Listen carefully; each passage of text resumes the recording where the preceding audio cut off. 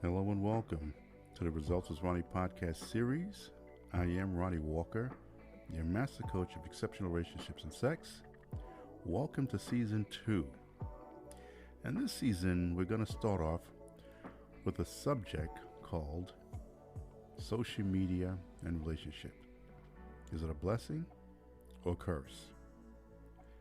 This episode is sponsored by Balance with Diana J, a talk show on social media platforms Facebook, Instagram, and she covers everything pertaining to relationships, spirituality, religion, and all the things in between.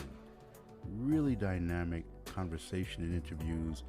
I strongly suggest you take some time to listen in and get to know Diana. It's very entertaining, and I'm proud on this second season as she continues to support and sponsor the Results of 20 podcast series.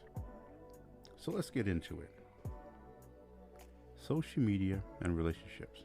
Is it a blessing or curse? And I decided to start this season off with this subject because, I've taken some time over the past couple of months to really survey the social media platform and how it's grown and evolved, and to see if, upon reflection, I have been able to look at it today with a different set of eyes that I did years ago.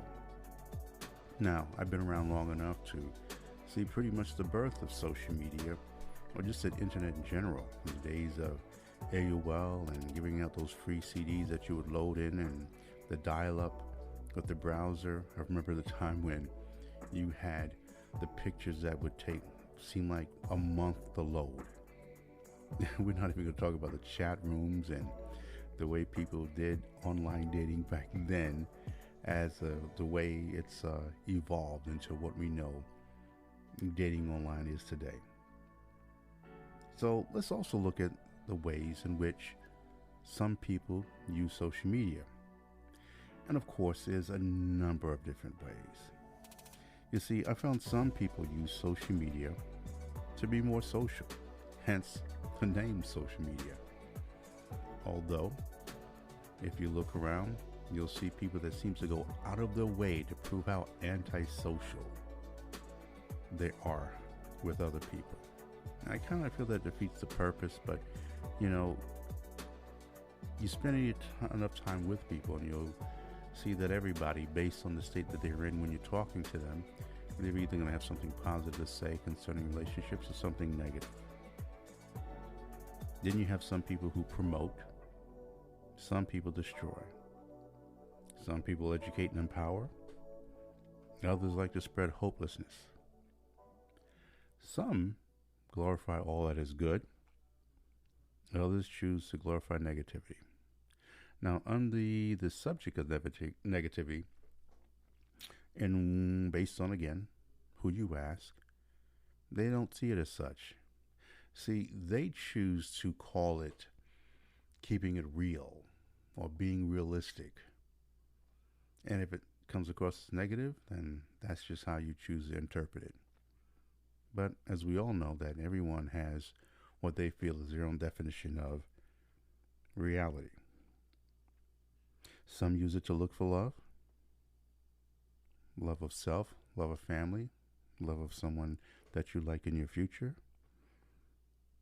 And some use it to somehow confirm that love does not exist, that it's a fantasy that people just put up in their head,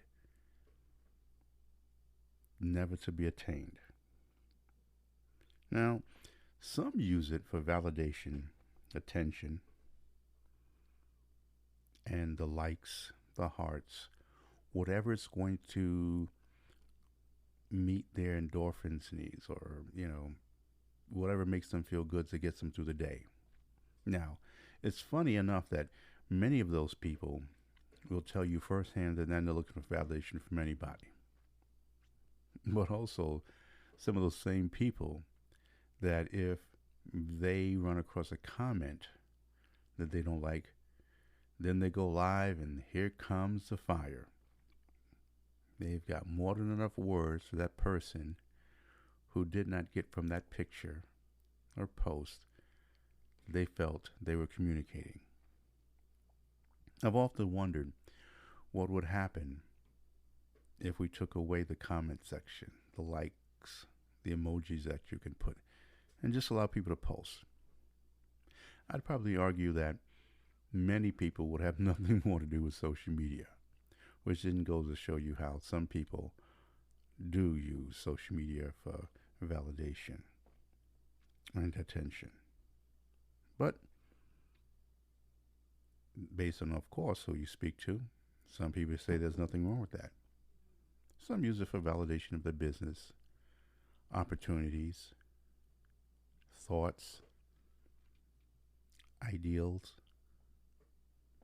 So again, when we talk about validation, we can go down many roads concerning that. But be it the man in the shirt with the selfie, or the woman who is got 500 pictures of her cleavage or her derriere, who knows? It's always interesting to see that. They'll do the pose with the biblical scripture. It's really truly interesting to see people play their lives out on that. Then you have those who would swear that you can tell them about themselves, who they are on social media based on what they post, because it's really just for kicks and giggles. And I would argue that you'd really be surprised as to how well people can kind of pinpoint at least some aspects of who you are as a person based on the type of jokes you like to share, the jokes you write, your points of view. Again, social media and our posting of it, for the most part, really is a reflection of who we are.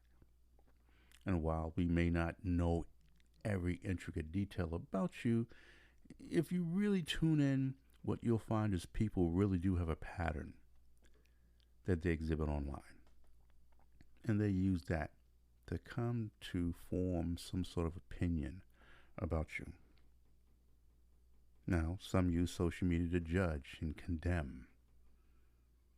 And let me tell you, we all know, and at least I hope that many know, that these platforms are not a place where you can expect to get unanimous praise and congratulations on who you are and your accomplishments or the things that you do with your life. You really are setting yourself up for disappointment if that's what you're expecting. But I believe that if you really want to maximize social media in the world of relationships, then you really need to know who you are. I've said this many times throughout the years that I approach dating and relationships from a very self-development point of view. Because until you know who you are, what you're about, and the direction yet you've decided to go in life, to think that you could be better in your discernment of picking up a lifetime partner is going to be a challenge, and you're going to find yourself over and over entertaining the wrong individual. And that will put you on a very big emotional roller coaster. And it seems as though that you're always going 4 steps up and 7 steps back. It's interesting. I truly believe that social media is a beautiful thing. The internet, it really plays a part.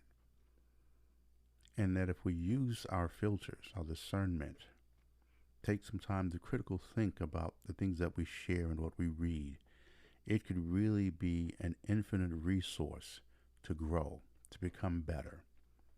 Because if there's one thing that I do know, that with all the negativity out there concerning life, politics, spirituality, relationships, be it with oneself, family, friends, and intimate relationships, is that there are many people out there sharing things that they feel is going to be of value to other people.